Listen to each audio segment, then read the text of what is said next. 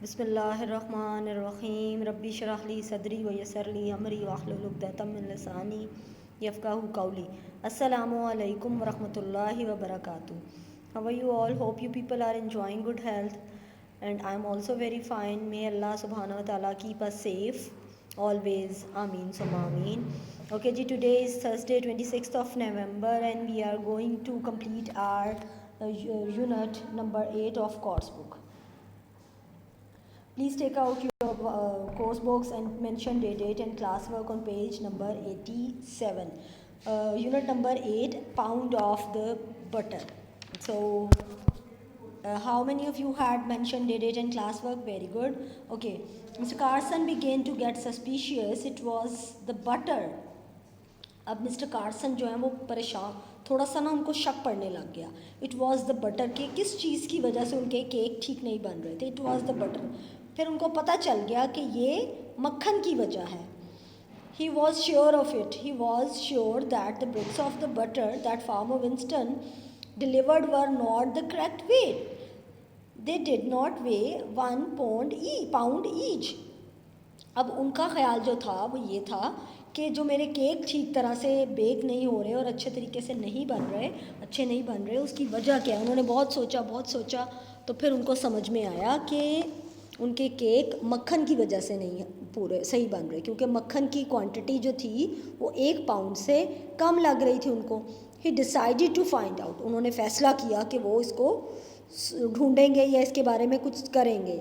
For several days, कुछ दिनों तक या चंद दिनों तक. Soon after farmer Winston delivered the supplies, Mr Carson weighed the butter on his scale.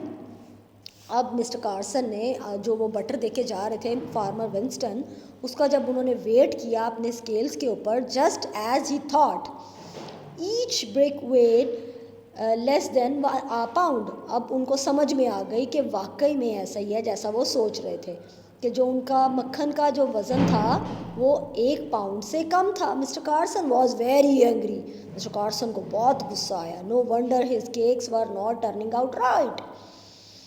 अब उनको पता चल गया था कि शक की कोई गुंजाइश नहीं थी कि इसी वजह से उनके केक जो हैं वो ठीक तरीके से नहीं बन रहे.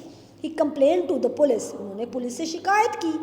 And they arrested the farmer for cheating.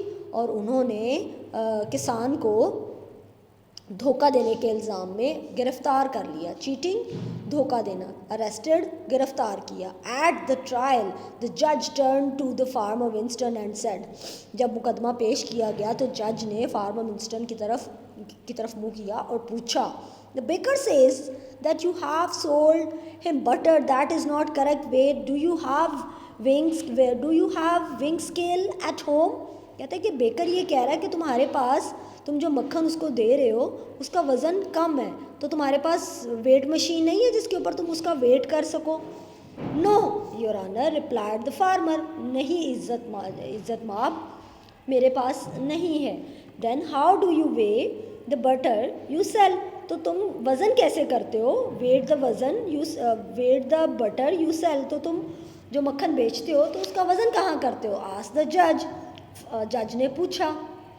Farmer Winston replied. Farmer Winston ने जवाब दिया, I can explain that your honour. मैं आपको समझा सकता हूँ जनाबे आली. I use a balance. मैं एक मशीन यूज़ करता था जिसके ऊपर मैं वज़न कर सकता था. But my little son lost the weights after playing with them. लेकिन मेरे बच्चे ने उनके वो जो तराजू में रखने वाले बाट होते हैं वो घुमा दिए. So now when I want to weigh the butter I use a 1 pound loaf of the bread that I buy from Mr. Carson.